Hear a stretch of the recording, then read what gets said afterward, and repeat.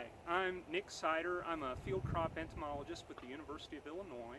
I'm standing out here by one of my corn rootworm control evaluation experiments over at the U of I Agricultural and Biological Engineering Farm, just north of the Maxwell Farm, where we typically have agronomy day every year.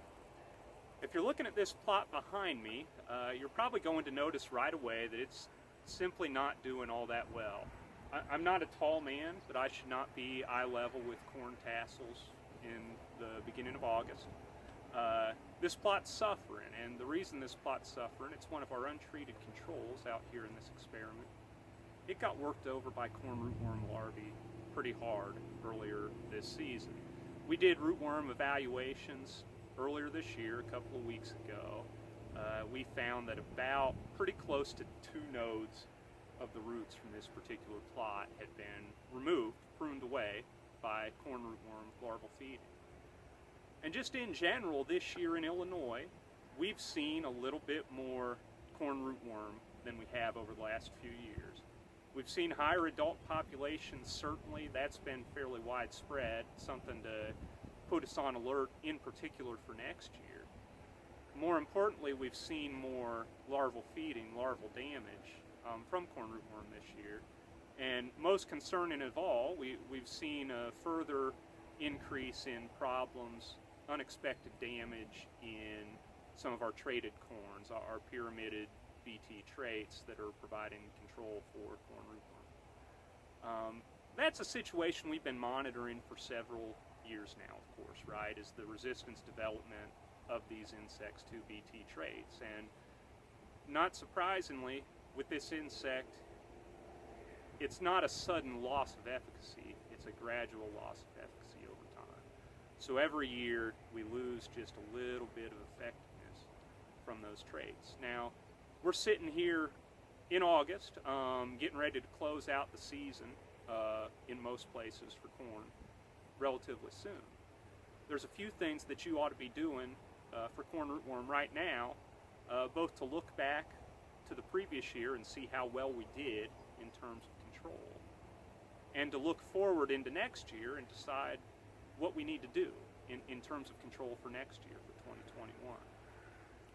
The first thing I would encourage you to do, especially if you can get into some of your fields, I know pollination's wrapped up almost everywhere. We still have some anthers out there, still have some silks out there, still have those rootworms remaining in their field. Take a walk through some of your fields and see what kind of adult populations you have. The best way to scout for these adult populations is going to be these yellow sticky traps like I have here. You know, any traps out there are going to be better than none. We like to see 8 to 12 traps out in the field, out in a regular sized field, to get a good measure of that population. But see what kind of adult populations you have, both in corn that's going into corn next year and in soybean that's going into corn next year. And if you're using these yellow sticky traps, if you're up over 2 insects per trap per day, 2 corn rootworm beetles per trap per day in corn that's going to be planted to corn, you need to be thinking about corn rootworm control next year. You do not want to leave that field without something out there to control those larval corn rootworm. In soybean, if you're sitting at around 1.5 beetles per trap per day, that's about 10 per week. You need to be thinking about protecting any corn that's planted into that field the following year. Especially here in east central Illinois, where the rotation-resistant variant's been an issue for years. It hasn't been as much of an issue over the last 5 years or so as it has been historically. But as we start to see higher populations, that's something you need to be on the lookout for in your soybean fields as well. The other reason to be looking at your adult populations is to get a handle on what sort of performance you got from traits the previous year. Now those adults, what they're going to do when they emerge from the soil, they'll mate, they'll hang out in the cornfield that they developed in for several weeks. And so when you have a high rootworm population in a cornfield, especially early on, especially in up through about R3, R4, a lot of those beetles will have come from that field. And if you're seeing higher than normal beetle populations in some of your fields that had a BT trait package, or that had a soil insecticide on them, that had a control on them, that ought to be an indication that that's something you need to take a second look at to see how well that control did.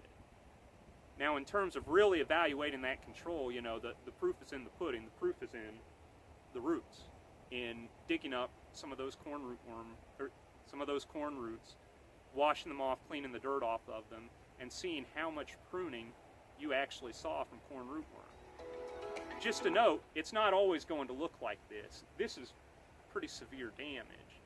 You can get a fair amount of pruning, in fact enough pruning to cause yield loss, without a whole lot of noticeable symptoms above ground. Especially if your moisture's been adequate, especially if you've had favorable weather. Obviously a wind like we had come through earlier this year, well, that's going to help those plants that have a little bit of damage lodge over for sure. But we don't always see lodging in fields that have that rootworm damage. And so you really want to go out there this time of year, dig up some of those roots, clean them off, and see what kind of pruning you actually have. See what kind of performance you actually got. And if you're using a pyramided BT trait package, if you see more than half of a node of roots pruned away to within 1.5 inches of the root, so you clean that off, you look at that little rootlet, and if it's been pruned back by corn rootworms to within 1.5 inches of the root, you've got the node of roots that goes all the way around the plant. If half of that node's been pruned away, you've got unexpected damage for that pyramided BT hybrid. They'll suffer a little bit of damage whether there's a resistant population or not, but when we start to get up to half a node pruned away, that's where we start to get concerned that something might be going on in terms of a resistant population. I'd encourage you to do that this time of year. Whole lot easier to do it now than it is to do it from the combine. Oftentimes we notice that corn rootworm problem from the combine at the end of the year. We see down corn. At that point, it might be too late, one, to determine what the source of that lodging was. There's lots of problems that you can have with the roots that will lead to that plant falling over. Two, you don't want to get off your combine and start evaluating that and trying to decide how much damage you've suffered. You want to be doing that this time of year. You really want to be doing that before R5, R6. So something to be thinking about going on into next year to determine what kind of performance you've been getting from your rootworm control. In terms of other insect issues this year in East Central Illinois, it's been relatively quiet. One thing we did have earlier on this year, we had an insect called the Redheaded Flea beetle, little tiny black beetle that scrapes away the foliage, especially on the lower leaves. Got a lot of calls about that. Feeds on the silks a little bit as well. Not something we consider an economic problem, but something that was a bit of a curiosity this year. We did see higher than normal populations of that insect, not just in corn, but in soybean, in some other plants and crops as well. You'll see them feeding on a wide variety of different things. So nothing to be concerned about from an economic standpoint, but certainly something that people picked up on going through the year. Again, as in previous years, corn rootworm really remains our primary concern. That remains the insect that we're the most worried about from an economic standpoint. And as I mentioned before, this is the time of year, this is the time to be planning for next season, both evaluating how your control performed in 2020 and deciding whether or not you need a control and what to use in 2021.